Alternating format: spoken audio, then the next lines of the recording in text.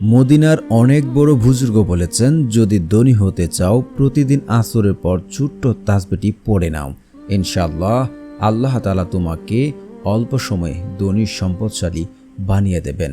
আমাদের জীবনে চলার পথে কতই না বড় বা উত্তর আসে বা কতই না আমরা সমস্যায় পড়ি, কিন্তু যদি আমরা আল্লাহ তাআলার কাছে সঠিকভাবে সঠিক নিয়মে কোনো কিছু চাই, বিপদ আপদ থেকে আল্লাহ তাআলা আমাদের উদ্ধার করবেন এবং আমাদের চাওয়া পাওয়া পূরণ করবেন।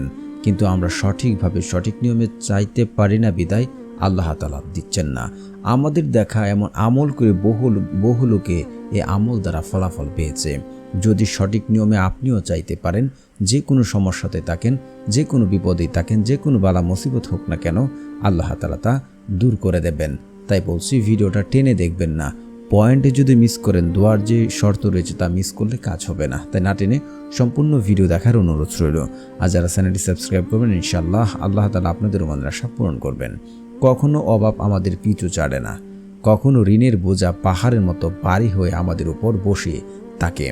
কিন্তু আমরা যদি আল্লাহ তাআলার কাছে দোয়া করি, আল্লাহ তাআলা সেই ঋণের চাপ আল্লাহ তাআলা দূর করবেন। আমরা অনেকে চেষ্টা করি, কঠোর পরিশ্রম করি, কিন্তু প্রত্যাশিত সফল বা বরকত খুঁজে পাই না। আপনি কি জানেন, আল্লাহ তাআলা তার পবিত্র নামের ভিতরে আমাদের সব সমস্যার সমাধান লুকিয়ে রেখেছেন। আজ আমি আপনাদের সামনে মদিনার বুজুর্গের পরীক্ষিত এবং অত্যন্ত শক্তিশালী একটি ওজিফার কথা বলবো।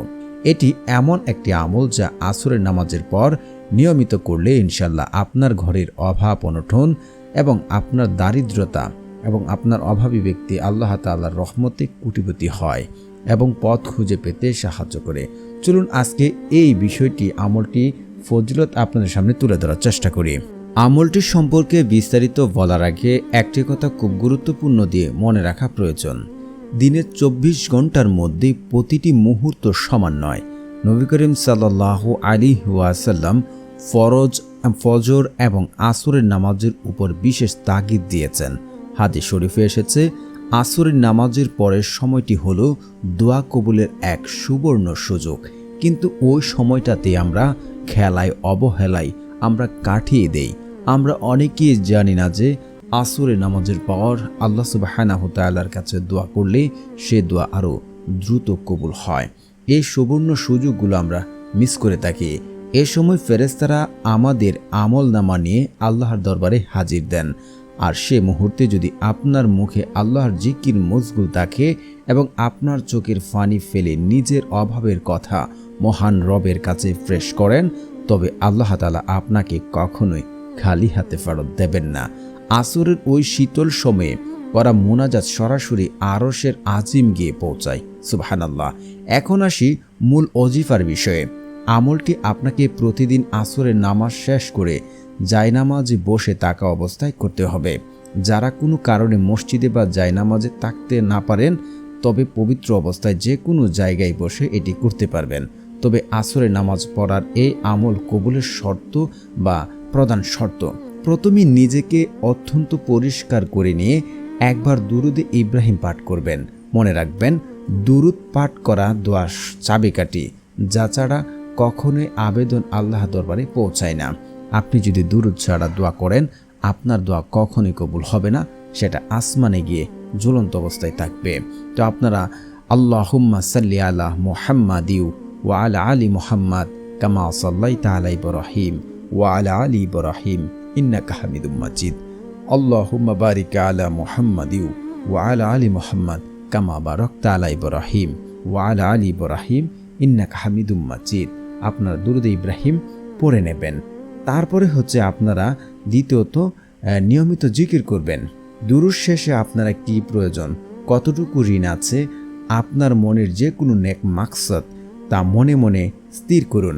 এরপর আল্লাহর অত্যন্ত মহিমান্বিত দয়াবান দুটি নাম একত্রে 100 বার অর্থাৎ তাসবিহ পাঠ করবেন।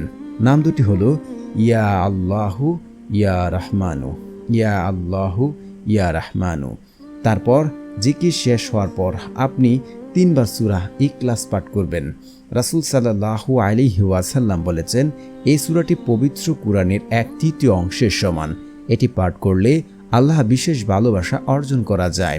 বিসমিল্লাহির রহমানির রহিম। কুল হুয়াল্লাহু আহাদ আল্লাহুস সামাদ লাম ইয়ালিদ ওয়া লাম ইউলাদ ওয়া লাম ইয়াকুল লাহু কুফুয়ান আহাদ। আপনারা 3 বার সূরা ইখলাস পাঠ করে নেবেন। তারপর হচ্ছে আপনারা এই রিজিক বৃদ্ধি করার জন্য বিখ্যাত একটি দোয়া রয়েছে, সেটি পাঠ করবেন। আপনার রিজিক বৃদ্ধি হবে। আপনার যদি পাহাড় সম পরিমাণ ঋণও থাকে, আল্লাহ তাআলা সেই ঋণ পরিশোধ করার জন্য নিজে কুদরতিভাবে ব্যবস্থা করবেন। আল্লাহুম্মা কফিনি বিহালালিকা ওয়ান হারামিকা ওয়া আগনিনি বিফাদলিকা আম্মান সিওয়াক। অর্থাৎ, হে আল্লাহ, আপনি আমাকে আপনার হালাল রিজিক দিয়ে হারাম থেকে রক্ষা করুন এবং আপনার অনুগ্রহ দিয়ে আপনি ছাড়া অন্য সব সৃষ্টিজীবের থেকে আমাকে অমুখাপেক্ষী করে দিন। আপনি যদি এই দোয়া করতে পারেন, মানে আপনার যত ঋণ থাকুক, যত অভাব থাকুক, আল্লাহ তাআলা কুদরতিভাবে তা দূর করে দেবেন। সর্বশেষে হচ্ছে আপনি আবারও 11 বার সেই দুরূদ শরীফটি পাঠ করে নেবেন।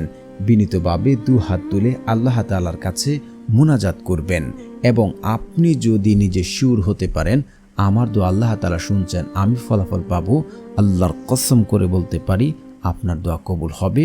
হালাল খাবার খেয়ে দোয়া করবেন এবং পিতামাতার অবাধ্য হবেন না, দোয়াতে হারাম কোনো কিছু যুক্ত করবেন না। তাহলে আপনার দোয়া 100% নিশ্চিত থাকেন কবুল হবে, আপনি আমল দ্বারা ফলাফল পাবেন।